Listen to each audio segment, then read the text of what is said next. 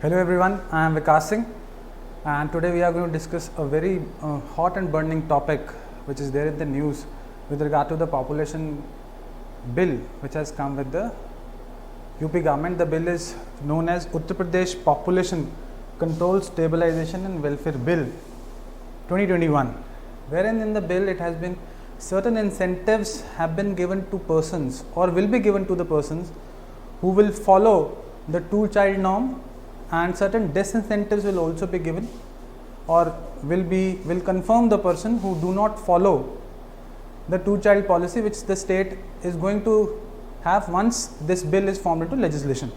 Now today we will go into the structure or we will go into the discussion whether this bill is constitutionally correct or whether what are the reasons why this bill should be discarded or why this bill should not be adopted by the legislature.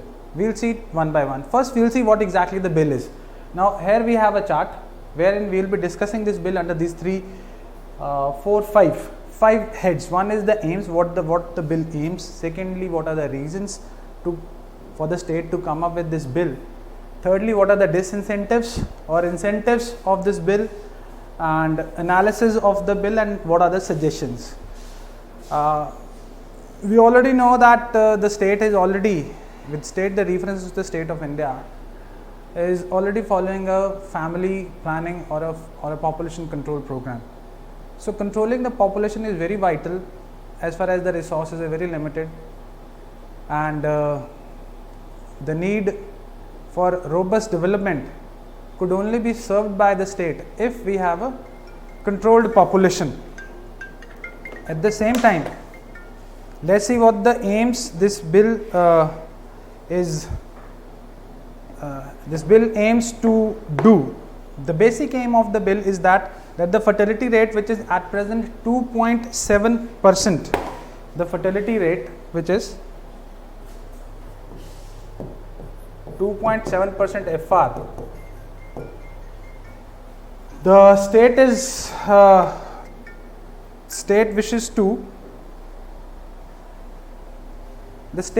wishes to reduce it to 2.1%. This is what the aim of the government of UP, that by introducing this bill they may reduce the fertility rate from 2.7 to 2.1.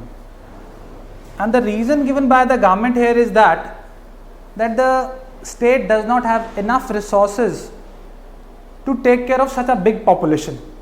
Once we have a reduced population, once we have a stable population, then the state can serve better to the population. Absolutely correct that they can do.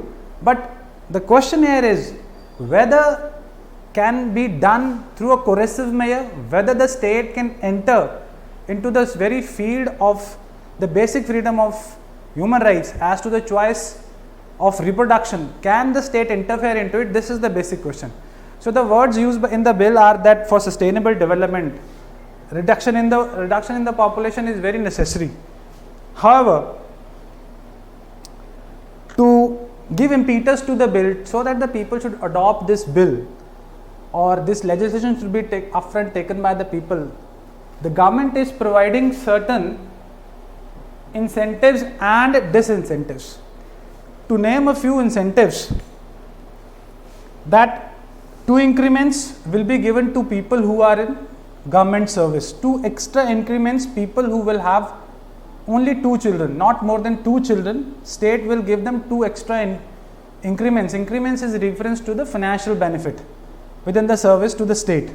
Secondly, subsidy in purchasing of a house. So a subsidy will also be given to people for the purchase of a house, those who have 2 or less than 2 children. Thirdly, maternity and paternity benefits, that mothers and both fathers will be given benefits at the birth of the child, that is full 12-month salary along with the allowances. Now these all are incentives so that the people must adopt this bill once it is formulated into an act.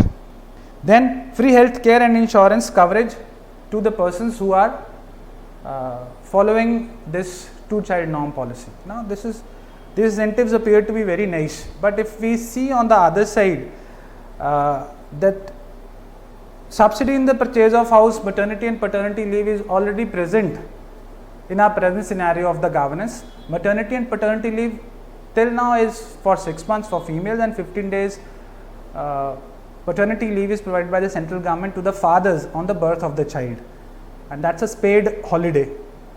However, here the incentive is that it will be given for 12 months depending upon whether it is a maternity or a paternity leave.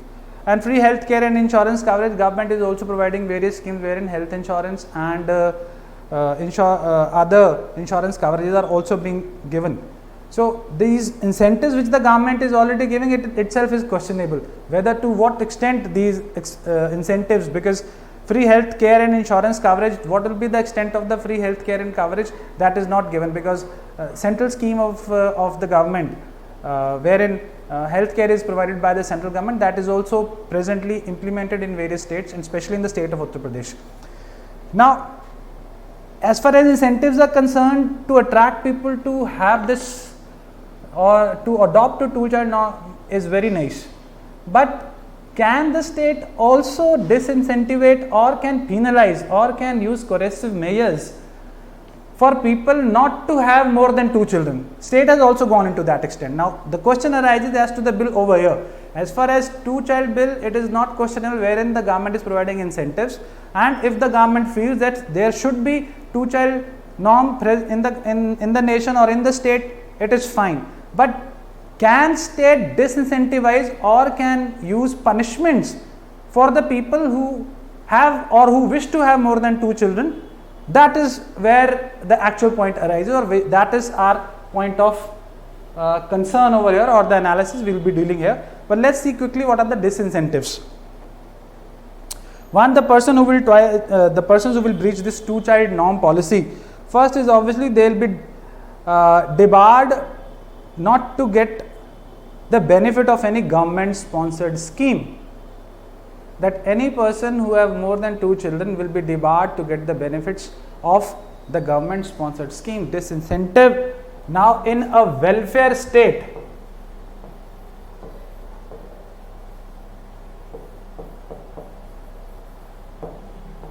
can the government do so? Can the government debar a person from having the benefits of the schemes merely because he has the reproductive choice of having more than 2 children? That is questionable.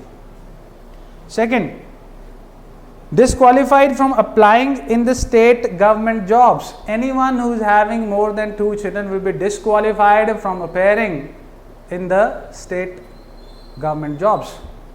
Again, a question with regard to Article 16 of the Constitution, wherein equal opportunity will be given to the matters of service to the state, to every citizen, and there shall be no discrimination, and if there is any discrimination, that discrimination shall solely be based upon the restrictions which are given in Article 16.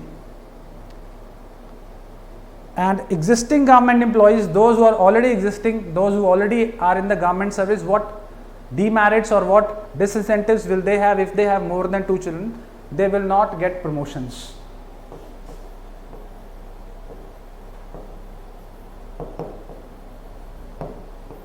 Now, I must tell you that a promotion in the government sector is based upon either tenure based or on the generally it is tenure based, and performance of the individual is also taken into consideration.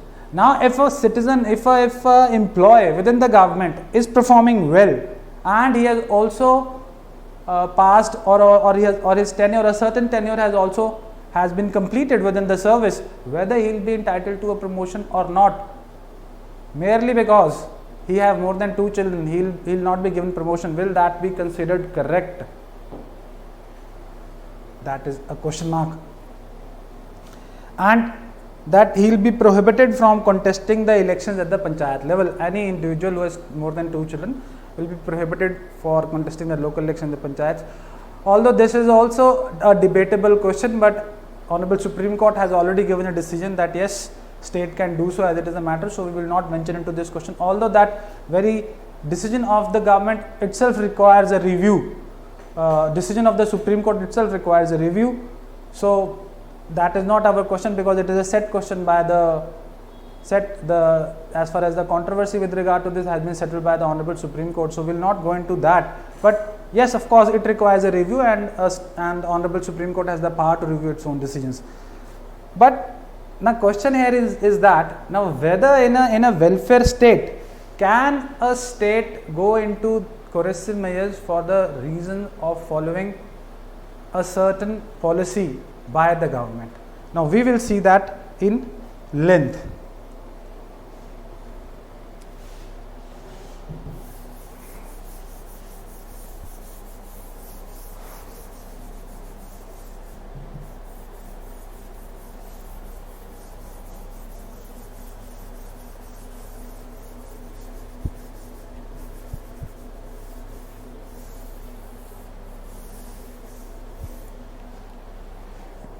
As far as analysis is concerned, here Article 14 of the Constitution states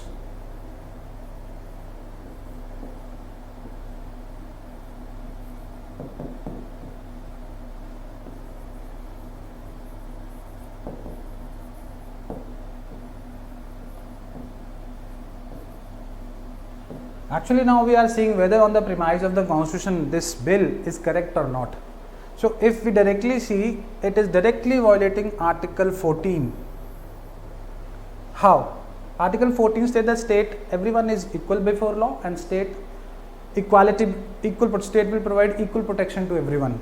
Now equality before law, this is which is questionable here. That for providing, state has now bifurcated or classified two sets of people who have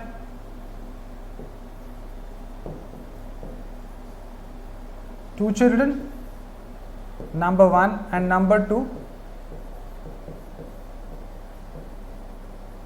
more than two. Now this classification, more than two, anyone will be disincentivized for having more than two children. The classification, that is the bifurcation, that is the two groups which the government has formed, that this group will have benefits and this group will not have benefits. This classification itself is incorrect constitutionally, because to apply the principle of equality, wherein you provide certain benefits to a set of society and you do not provide certain benefits to the set of society, then that very legislation has to pass the test of equality before law, that the classification must be reasonable.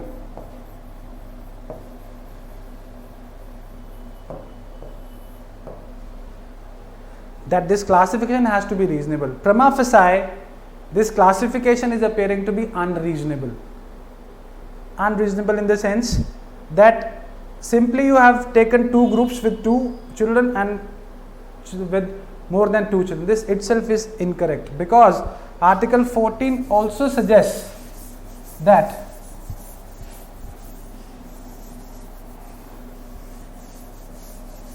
to pass the test, first there should be a reasonable classification. Secondly, they must have a nexus with the objective to be achieved. If any legislation will pass the test of equality, first that legislation has to be reasonable. Secondly, the objective of that legislation is that it must have a reasonable nexus with the law which has been framed. Law क्या frame हुआ है? That there will be not more than two children. But this classification is not reasonable because it is incorrect. Secondly, the objective which you wish to achieve, there are other means also to achieve that objective without going into coercive measures.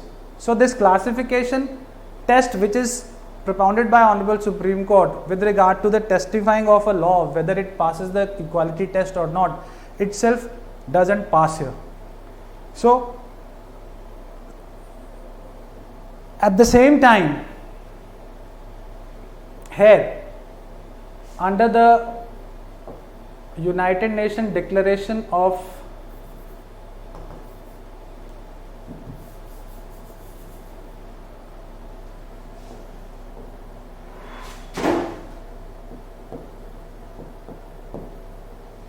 UN Declaration of Human Rights, under that also Article 1 is stated that everyone is born free and everyone has basic freedoms. So this very bill also goes against the basic human rights, the very first basic human, that every human being is born free and he has the right of choice. If we talk of our constitution, under Article 21, a person has the right of reproduction, which is an inherent right under Article right of life and liberty, which is given in Article 21. Under Article 21, personal freedom is there, and right to have children, right to marry, right of procuration of children is an inherent right under Article 21. Now, can the state come and can the state limit that? No, you cannot. Can the state interfere into the privacy? So the privacy issue will become important here.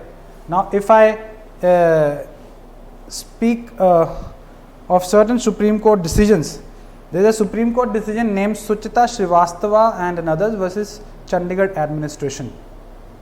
That is Suchita Srivastava and others versus Chandigarh administration, 2009. The Honorable Supreme Court has read, I'll read quote unquote as what Supreme Court has said, that women freedom to make reproductive decision is an integral facet of the right of personal liberty granted under Article 21.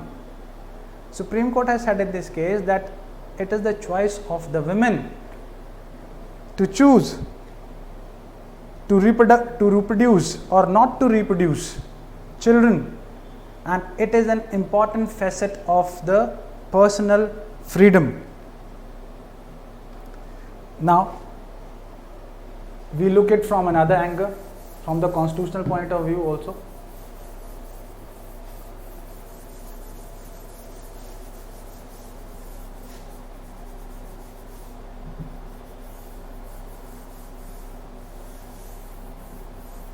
That in a democracy, of course we have a democratic nation.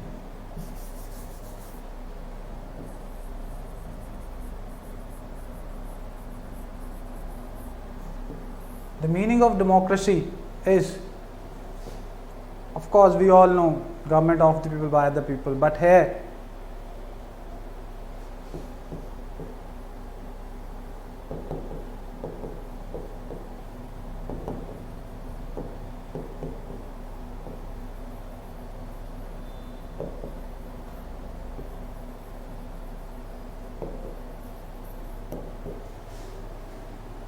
participation in decision making, that is also democracy. So this very interference of the state also goes against the right of privacy, as the Honorable Supreme Court has held in Suchita Srivastava's case. Secondly, we also adopted, this is a very big facet, this is the objective of our constitution as well as our polity, that we are a democratic nation, and in a democratic nation everyone has the right to take decisions for themselves. Now, it is the parents as well as the mother has the power to take decisions whether to procure or not to procure, or also to limit the number of children. It is not the state which shall interfere into this. It is a choice based theory. And even if the state has to interfere, it has to be according to a very important doctrine propounded by our constitution, Honorable Supreme Court, is that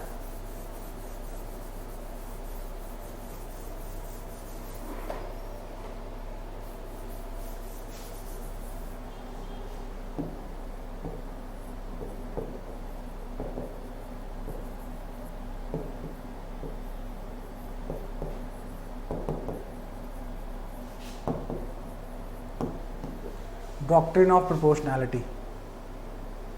That is that a state can put a limitation in this regard, wherein this limitation must be founded on a legitimate government aim, that the aim of the government must also be legitimate. Secondly, the limitation must be rooted in the statute. The limitation must be given in the statute itself. It is written limitation. Thirdly, that there is no alternative to achieve the objective which we have just discussed here. The objective is to control the population, and the intention appears to be very good, that the resources are very less and we have to feed or to provide for such a big population. So we must limit the population. The intention appears to be very good, but whether the means adopted by the state are correct or not, that is questionable. So doctrine of proportionality, which has been derived or which has been propounded by the Supreme Court, it has been held in K.S. Puttaswamy versus Union of India, very important 9-bench judge case, wherein it has been decided by the Honorable Supreme Court that yes, state may limit such things, state may interfere in such things, but there has to be a doctrine of proportionality. And proportionality here means that whether there is an alternative mean to achieve the objective is to control the population. Is there any alternative mean? Yes, of course there are, but the state has gone for coercive mean or a coercive measures to go into this thing. Now, state is a welfare state. Any measure taken by the government, any conditional welfare, it appears to be a very important, on the prima facie it looks to be very important and it sounds very nice. It appears to sounds very pretty to ears that yes, population control should be there, state must interfere, people should not have more than 2 children. Yes, but then we also have to see that in a welfare state,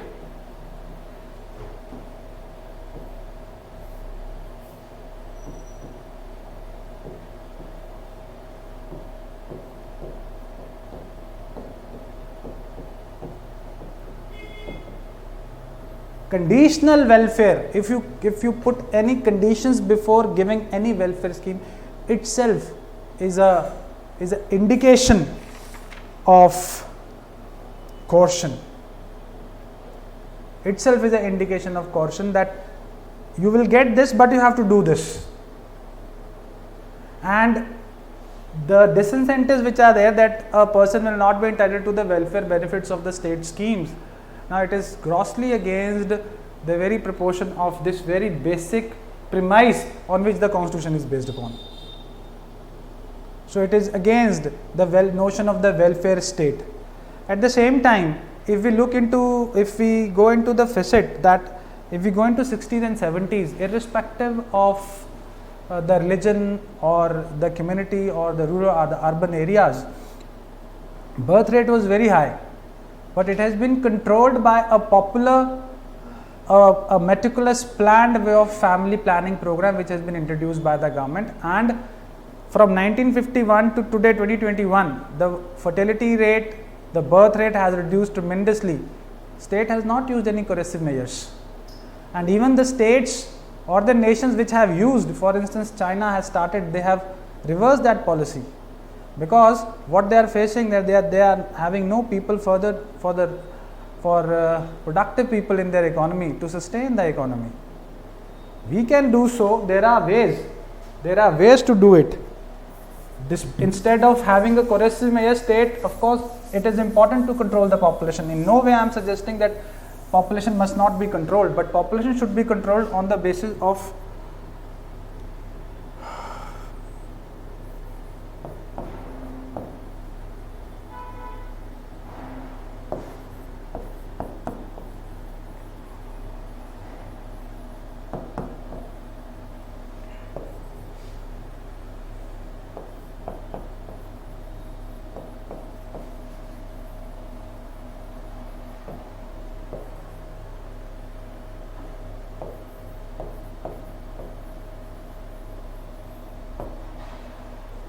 state must bring awareness among the people. If we remember, Hum Do Hamare Do was the slogan of the government in the family planning program, and the population levels have reduced tremendously. State did not adopt any coercive measures. Secondly, education. People who are educated tend to have less children. This is a settled and evidenced fact. People who are educated have less children as compared to those who are uneducated.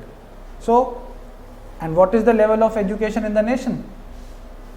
Of course, we say it is 75%, 74% literacy rate, but what is the definition of the literacy rate? Definition is someone who can read and write. So if technically we see only 30 to 40% or 50% people are actually educated, and what is the level of the people who are graduate, what is the level of the people who are above graduation? So we have to look at the fact. So even if we look around, people who are educated, if we observe this thing also, people who are much educated, they have lesser children. They believe in the nuclear family norm, wherein people who are less educated, of course, they have this feeling to have a bigger family, because probably they are unable to understand the benefits of a nuclear family. They are unable to understand that, or probably their understanding with regard to the contraceptives is also very low. One important thing which I missed over here is health also. Very important factor.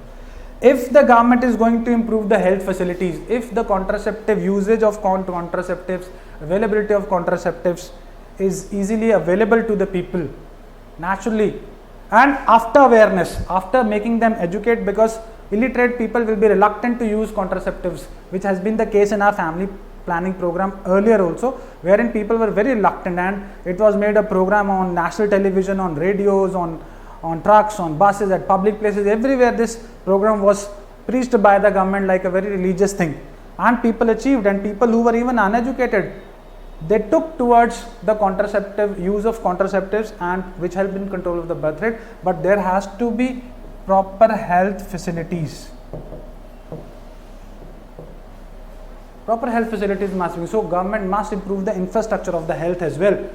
After that, of course, employment and poverty eradication. If there will be employment, if there will be education, naturally people will be employed. When people will be employed, much employment will be there. They will be able to provide for their family, and they will be able to understand that having few children, they can provide better for their 2 children, or less than 2 children, or the number of children less in the family. They can provide good to their family, or good for their children. They can take care of nourish their family much better than those who are poor. Poverty is one more reason, where because you don't have access to education, then you don't have access to health facilities. And of course, after getting married, they have less, because of unemployment also, they have less opportunities, or I would say less means of recreation. So involving into physical activity, intimacy is one of the prime reasons, or prime recreation facility available, which tends to get into more children. So if we look at, if we instead of getting into the coercive methods, that no, you will not be given government job, you will not be given this, you will not be entitled to certain other benefits provided by the state. So one state cannot force itself for the choice. And if we also look from a different angle, there is another facet to it, that a certain community or a certain minority in the nation is having more children, and it is targeted, and it is a very founded, it's an evidenced fact that when such kind of programs are introduced with the coercion on their hand, sterilization programs becomes coercive for vulnerable and minority groups. It is a settled fact already. Now if we look at certain numbers, I want to share with you what is a myth and a reality. So in today, the largest minority in the nation is 14.2%, and majority is 9.8%. Fertility rate is considered more in the minorities, which is absolutely a myth. It is only 1 children more than the majority. It is not like 4 children, 5 children, 6 children, 7 children. It is not like that. If we look at the fact is average 1 children, and which has been reduced to 0.48% now. So majority is having 3 children, minority is having 4 children, or 3.5 children. This is the fact. Level of family planning amongst the minority is 43.5%, lowest, and second lowest is majority, which is 54%. So only 54% people in the majority are adopting the family planning, and 43.5% in the minority. So difference is around 10% only. It is not a huge difference that the majority has taken the family planning with open hands and they have adopted all the means, whereas the minority is not adopting. And population growth rate, if we see, according to 2011 census, amongst the Hindus, it was from 19.92%, it has gone to 16.72. It has dropped amongst Hindus, 19.92 to 16.72. Whereas in Muslims, it was 29.52. It has come down to 24.6. And it is expected that in 2011 to 2021, the next census, which is being conducted very soon, Hindus' population growth rate will be 15.7%, and that of the Muslims is 18.2%. So the growth rate is not that big the way it has been targeted, that certain communities are having more population. That is a myth. We have to understand it from the facts which are available on the government side, which has been the fact of the government in various classified as well as published documents of the government. Now, total fertility rate of the UP, as far as we come down to this bill itself, the achievement the government wishes to achieve from 2.6 to 2.1. Now, if the present growth of population continues without getting into any corrective measure or without going into any population control measure, the growth will be 2.125% by 2025 itself, whereas the target which this bill is proposing is 2026. Please see, that bill proposes that by 2026 we will achieve 2.1 fertility rate, whereas by 2025, without going into any corrective or any other measures, the very total fertility rate, that is 2.1, is itself will be achieved. And this common myth with regard to that a certain community have more than polygamy is famous, polygamy is common. So if we go by that trend also, if we see the fact, what is the sex ratio or gender ratio? For every 1000 men, there are 922 females.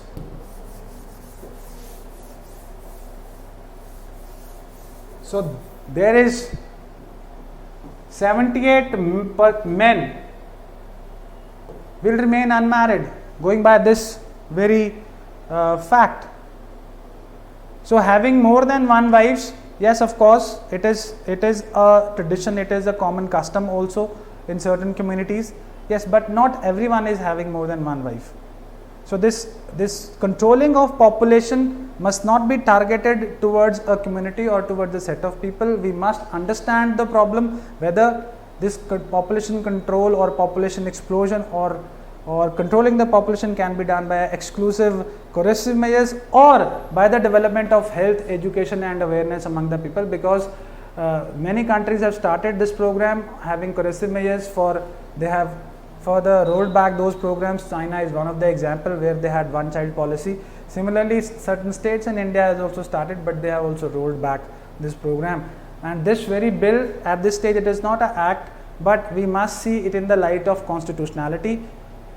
Various articles, Article 21, United Nations Human Rights Declaration, and of course the choice of the females to reproduce, wherein if I read something for you from a judgment, that is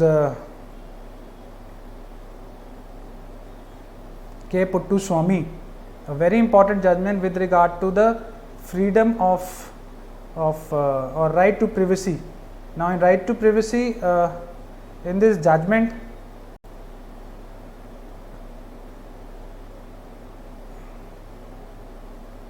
Justice G.Y. Chandrachud very beautifully said that the private privacy partakes different connotations. Privacy partakes different connotations, and these include decisions of autonomy, which comprehends, among other things, liberty over intimate personal choices such as those governing reproduction. Now, this includes that right to privacy under Article 21 includes decisional autonomy, that a person would have autonomy, that a person would have a choice which comprehends other things, liberty over intimate personal choices such as the governing of reproduction, that persons will have this choice of whether they will produce or not to reproduce. This is the personal choice of the people. State cannot come into this area by directly or indirectly. Another point, a legal point which is there is, there is a very important doctrine in constitution, that is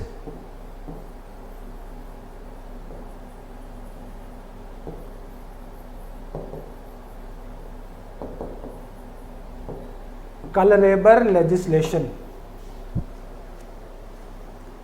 Now here the state wishes to do an act that yes, we are doing it to control the population, but actually state is controlling, or state is entering into the privacy of the people.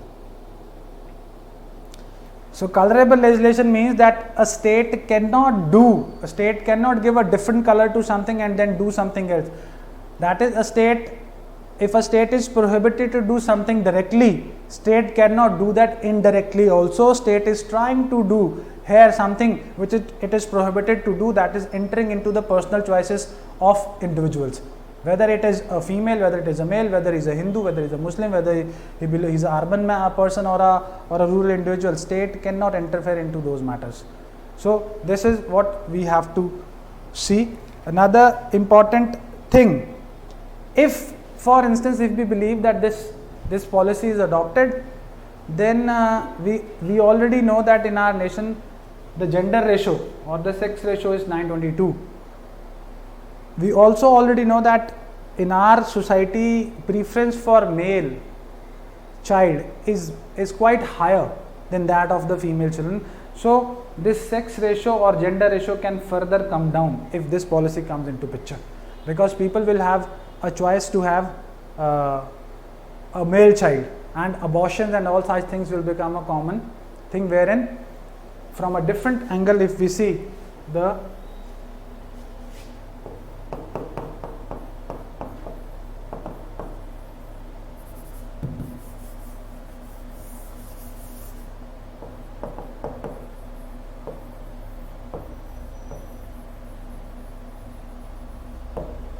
exploitation of women or women will become very common.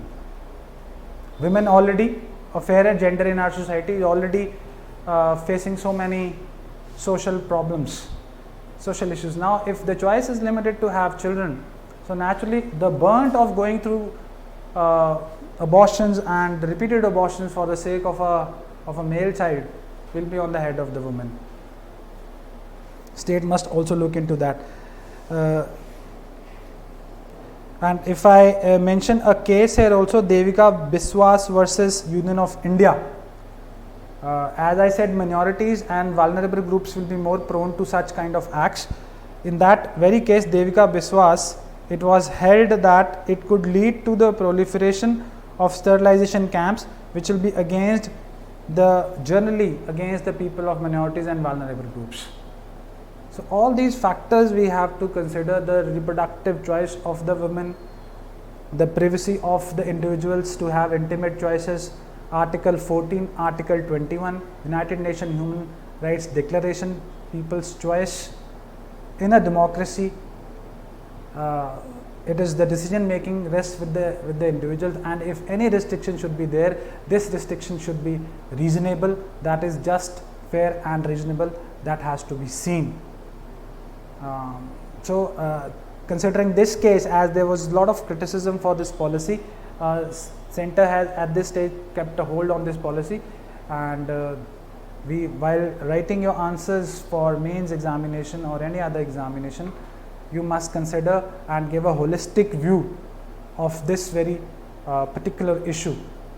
Do not limit it to the point of that limited population or controlling of population will lead to higher development, and state can provide much better to people by following these policies. Thank you so much. Hope you have liked the video. If you have liked the video, kindly like the video and subscribe my channel, that is Mobishala, and also follow my code, that is Vikas Singh VSIA 2021. Thank you so much.